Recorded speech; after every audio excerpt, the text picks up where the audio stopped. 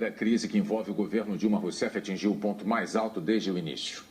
Antes que o Diário Oficial efetivasse a nomeação de Lula como ministro, o juiz Sérgio Moro retirou o sigilo de toda a investigação sobre o ex-presidente. E com isso tornaram-se públicas, no fim da tarde, conversas telefônicas de Lula. Os integrantes da Lava Jato afirmam que há indícios de uma ação para atrapalhar as investigações. Ainda nesta edição, o Jornal Nacional vai mostrar o conteúdo desses grampos e as reações que eles provocaram.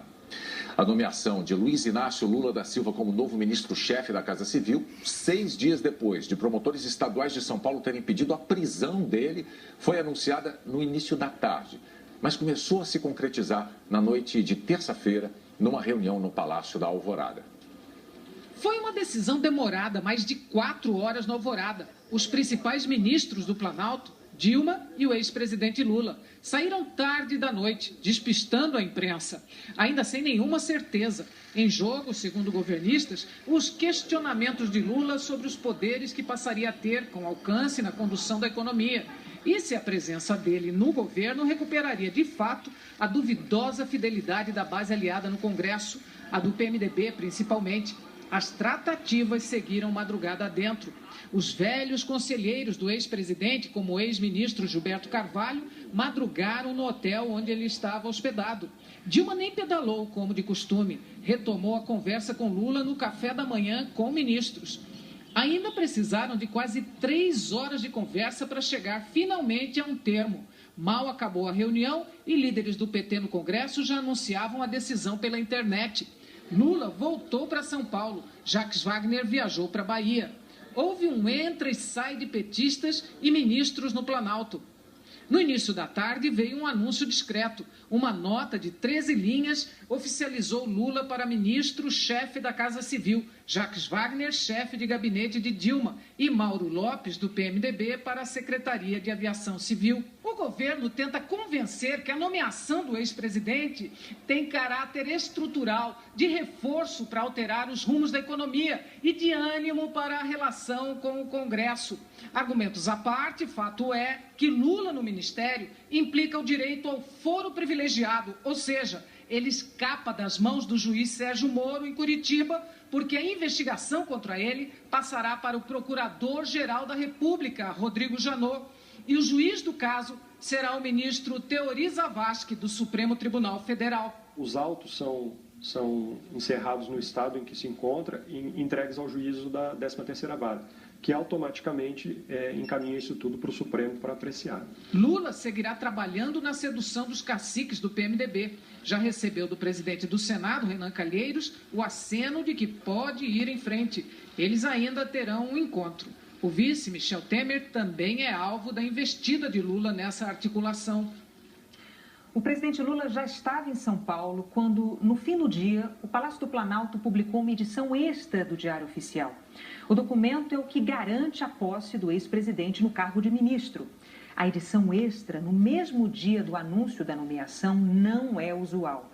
Normalmente, a presidente Dilma assina o termo de posse na cerimônia de posse e só depois o documento é publicado no Diário Oficial. A entrada de Lula no governo repercutiu no Supremo Tribunal Federal e no Congresso. No Congresso, foi o líder do PT na Câmara que deu a notícia. Lula pediu para que, antes do anúncio formal, todos os líderes dos partidos que apoiam a presidente fossem informados da nomeação. Lula avisou que quer se reunir com os líderes na semana que vem, após a posse. Quem conversou com o ex-presidente disse que ele deixou claro que quer mudar a relação com a base aqui no Congresso. E para alguns parlamentares, a presidente Dilma não tinha mesmo outra saída, que o governo dela precisa ser reinventado. Vai ser um braço forte junto à presidenta Dilma para agilizar e tomar as medidas que forem necessárias para a retomada do crescimento e principalmente do emprego. Governistas negaram que o ex-presidente tenha aceitado ser ministro para ter foro privilegiado. Vindo para o ministério, ele estará sujeito a responder qualquer inquérito, investigação no Supremo Tribunal Federal. É até um desrespeito ao Supremo esse tipo de argumentação.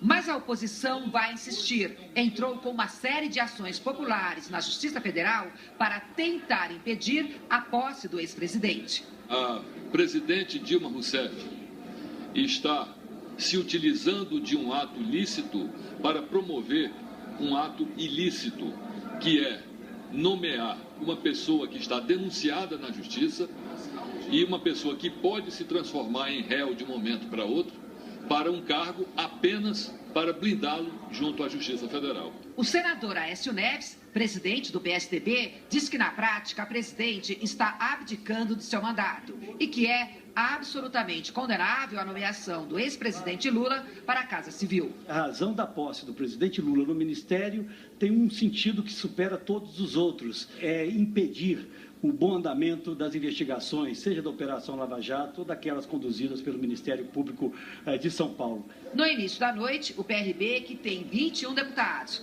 um senador e o ministro do Esporte, Jorge Hilton, anunciou que vai deixar a base aliada. A nomeação de Lula para a Casa Civil também repercutiu no Supremo Tribunal Federal. A crise só piorou, só se agravou, a ponto de agora a presidente buscar, inclusive, um tutor para colocar no seu lugar de presidente, e ela assume aí um outro papel.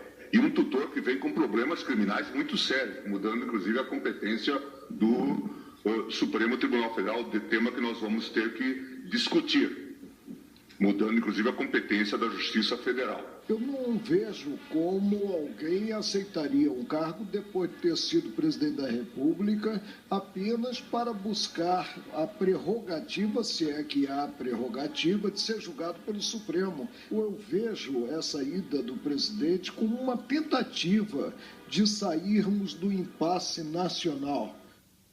Vamos agora ao vivo a Brasília, porque o repórter Fernando Rego Barros tem informações deste momento. Olá, Fernando, boa noite. Manifestantes protestam agora em frente ao Palácio do Planalto? Boa noite, Renata. Boa noite a todos. Os manifestantes começaram a chegar aqui ao Palácio do Planalto por volta das 5 horas da tarde, bem antes até da divulgação da gravação entre a presidente Dilma e o ex-presidente Lula, que foi divulgada um pouco depois. Esses manifestantes vieram aqui para protestar contra a nomeação pela presidente Dilma do ex-presidente Lula como ministro-chefe da Casa Civil.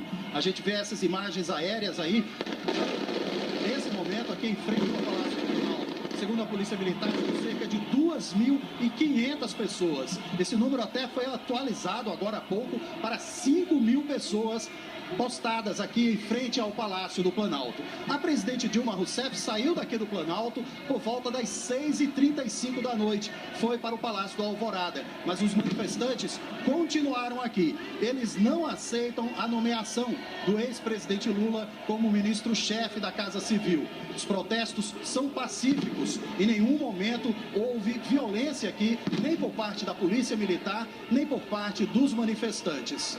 Os manifestantes só não podem, a guarda presidencial está postada logo depois da mureta de proteção para evitar qualquer invasão, mas não houve essa invasão. Um grupo de deputados da oposição chegou aqui logo depois do início do protesto, mas demorou pouco, foi logo embora. E houve alguns deputados também que chegaram e foram expulsos pelos manifestantes, que não queriam a presença de alguns deputados protestando aqui junto com eles. A gente está acompanhando aí essa movimentação ainda em frente aqui ao Palácio do Planalto. Bonner, Renata. Aí Fernando Rego Barros mostrando cerca de 5.000 pessoas protestando neste momento em frente ao Palácio do Planalto. E de Brasília a gente vai agora a São Paulo. O repórter Tiago Weltz também tem informações para a gente. Tiago, o que você vê nesse momento?